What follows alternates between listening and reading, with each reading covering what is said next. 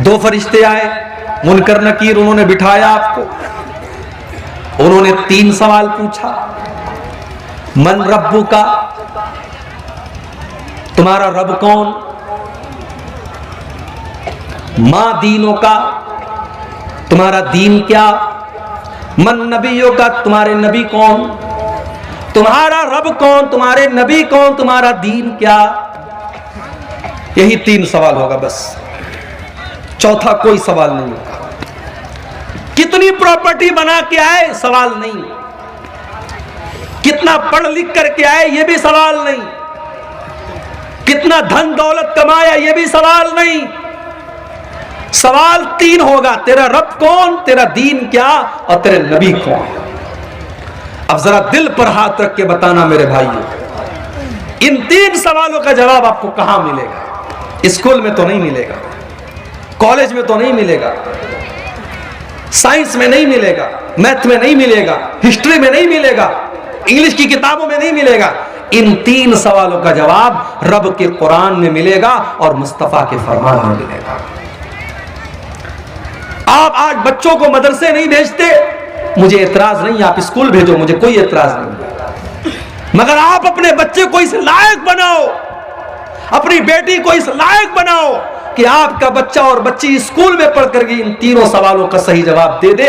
उसे पता हो कि उसका रब कौन है, उसे पता हो उसका इस्लाम, उसका दीन क्या है, और उसको पता हो कि उसके नबी कौन है।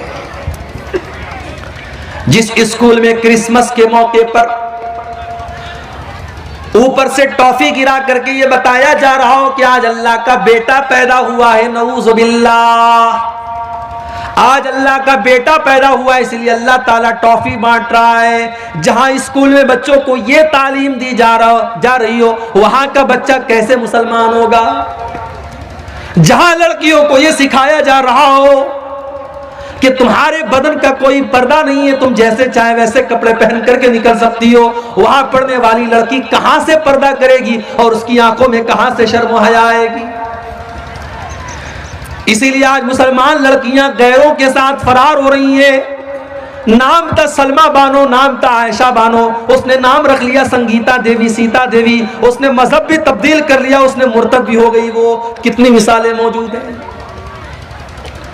आफताब और श्रद्धा की कहानी तो बहुत मीडिया वालों ने चलाई, मगर इस जैसी लाखों कहानियां जहां मुसलमान लड़कियों को बाकायदा जाल में फंसाया गया और उनको मुर्तद बनाया गया और मार करके इज्जत लूट करके खत्म कर दिया गया, उन कहानियों को कोई मीडिया वाला चलाने को तैयार नहीं है।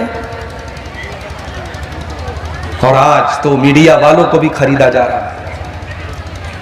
इस मुल्क में एक चैनल था, न्यूज चैनल, जो थोड़ी बहुत सच्चाई दिखाता था, उसको भी बहुत बड़े लोगों ने खरीद लिया। यह अलग बात है कि एक ऐसा भी जर्नलिस्ट था, एक ऐसा भी पत्रकार था, सहाफी था, वो नहीं बिका। उसने कहा मैं एनडीटीवी से इस्तीफा दे दूंगा, मगर मैं झूठ का साथ नहीं दे सकता। अल्लाह ऐसे पत्रकारों और ऐसे जर्नलिस्ट की हिफाजत करे और उन्हें और सच बोलने की तौफीक अता फरमाए। मेरे भाइयों, आप सोचिए कि आज हमारी बेटियों के पास दीन की तालीम नहीं है, उन्हें ईमान की अहमियत नहीं पता, और कब्र में यही 3 सवाल पूछा जाएगा, तेरा रब कौन है, तेरे नबी कौन है, तेरा दीन क्या है। अच्छा, अगर हम दुनिया में रट लें मेरा रब अल्लाह है, मेरा दीन इस्लाम है, मेरे नबी मोहम्मद है, रटने से काम नहीं चलेगा। रटना नहीं है। अगर आप चाहते हैं कि कब्र में आपके मुंह से सही जवाब निकले, तो आपको अल्लाह वाली जिंदगी गुजारनी पड़ेगी।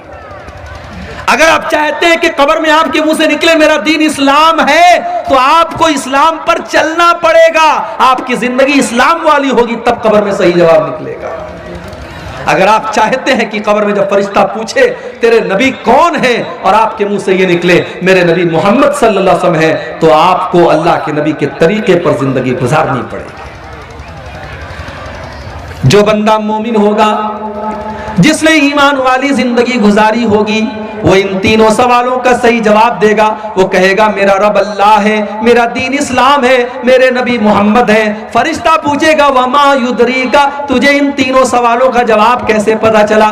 बंदा कहेगा क़राअतु किताब अल्लाह, मैंने कुरान को पढ़ा था, मैंने हदीसों को पढ़ा था, मैंने अल्लाह और उसके रसूल की बातों को पढ़ा था। आज कौन पढ़ता है? कौन पढ़ता है कुरान को आज? पहले तो बूढ़ी औरतें घर में रहती थी, वो बेचारी सुबह सुबह कुरान पढ़ती थी। अब तो वो बूढ़ियां भी खत्म हो गई। अब की तो औरतें वो हैं कि सुबह को वो उठती हैं तो मोबाइल पर सीरियल देखती हैं, पहले रात को बिस्तर पे सोने लगती है तो सीरियल देखती है। नौजवान को गाना सुनने से फुर्सत नहीं, बुढ़ों को गाना सुनने से फुर्सत नहीं। आज हमारे घरों में कुरान कौन पढ़ता है मेरे भाई? अपने दिल पर हाथ रख करके बताओ कि आखिरी टाइम आपने कुरान को कब पढ़ा?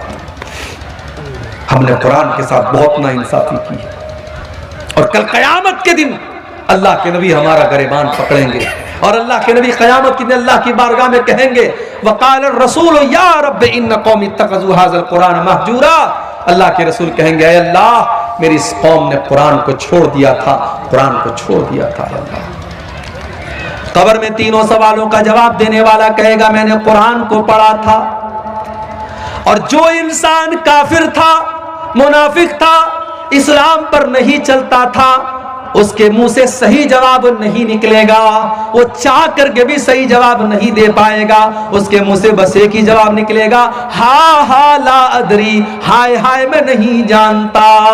फरिश्ता कहेगा, तू नहीं जानता इसलिए कि माँ दरईता व माँ तलईता, ना तूने इल्म हासिल किया, ना तूने कुरान पढ़ा, ना तूने हदीस पढ़ी, ना तूने उलमा से इल्म हासिल किया, ना तू मदरसे गया, ना तूने उलमा से सीखा, ना तो तूने इल्म हासिल किया, ना तूने खुद पढ़ने की कोशिश की।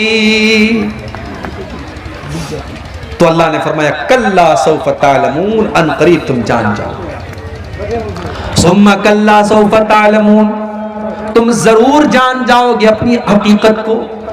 कल्ला लौ तालमून इल्मल यकीन, मेरे बंदो अगर तुम यकीन की नजर से कब्र का मंजर देख लो तो अपने मुर्दों को दफनाना बंद कर दोगे।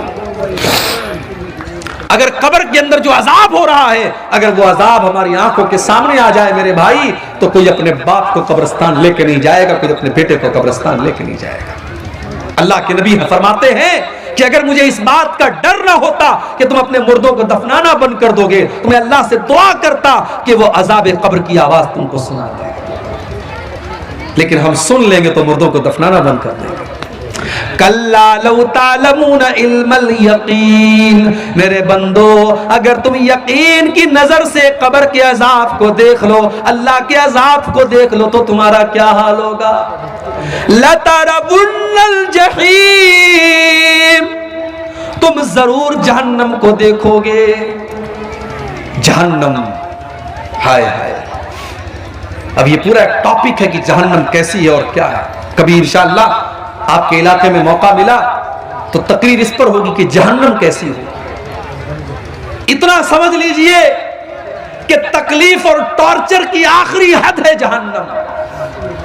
जहन्नम वो जगह है जहां आप मौत की आरजू करेंगे मगर मौत नहीं मिलेगी। जहन्नम वो जगह है जो अल्लाह ने अपने नाफरमानों के लिए सजा के तौर पर तैयार करके रखी। कुल्लमा नज़िजत जुलूदुहुम बद्दलनाहुम जुलूदन गैरहा लियज़ूक़ुल अज़ाब। जब जहन्नमियों के चमड़े जहन्नम की आग में जलने लगेंगे तो हम उनके ऊपर नया चमड़ा चढ़ा देंगे ताकि बार बार जलने की तकलीफ उनको महसूस हो।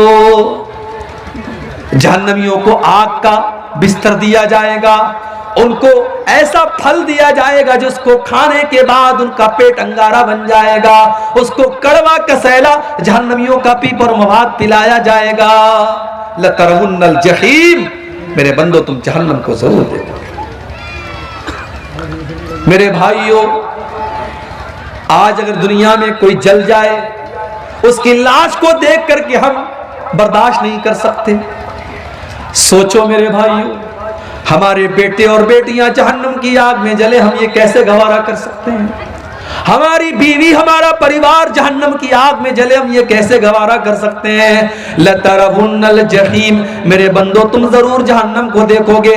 तुम्मा लतरवुन्नहा ऐनल यकीन, तुम यकीन की नजरों से जहन्नम को देखोगे। तुम्मा लतुसअलुन्ना यौमइज़िन अनिन नईम, और दुनिया में हमने जो नेमतें दी हैं उन नेमतों का तुमको कयामत के दिन हिसाब देना पड़ेगा।